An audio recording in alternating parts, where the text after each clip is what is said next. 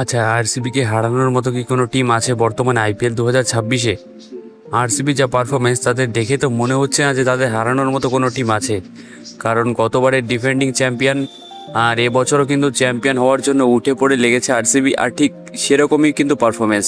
আর এরা কিন্তু প্রশংসার যোগ্য, কারণ ব্যাটিং টিকমার্ক, বোলিংয়ে টিকমার্ক, ফিল্ডিংয়ে টিকমার্ক, সব ডিপার্টমেন্ট, এমন কোনো ডিপার্টমেন্ট নেই যে সেখানে বাজে খেলছে। এবং প্রত্যেকটা প্লেয়ার কিন্তু দেখো, প্রত্যেকটা ব্যাটসম্যান রানের মধ্যে আছে, প্রত্যেকটা বোলারও কিন্তু উইকেট নিচ্ছে, ক্রুশাল মোমেন্টে উইকেট নিচ্ছে।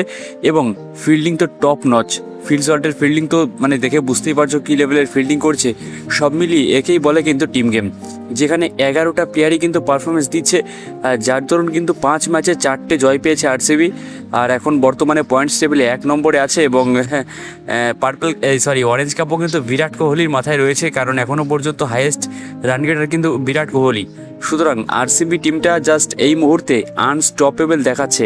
গত ম্যাচে যদি একবার ছোট্ট করে স্কোর কার্ডের কথা বলি, তো সেখানে কিন্তু এলএসজি 20 ওভার 146 রানে অল আউট হয়ে যায়, যেখানে আরসিবির তুলনায় এলএসজি কিন্তু অনেকটাই দুর্বল টিম বলতে গেলে।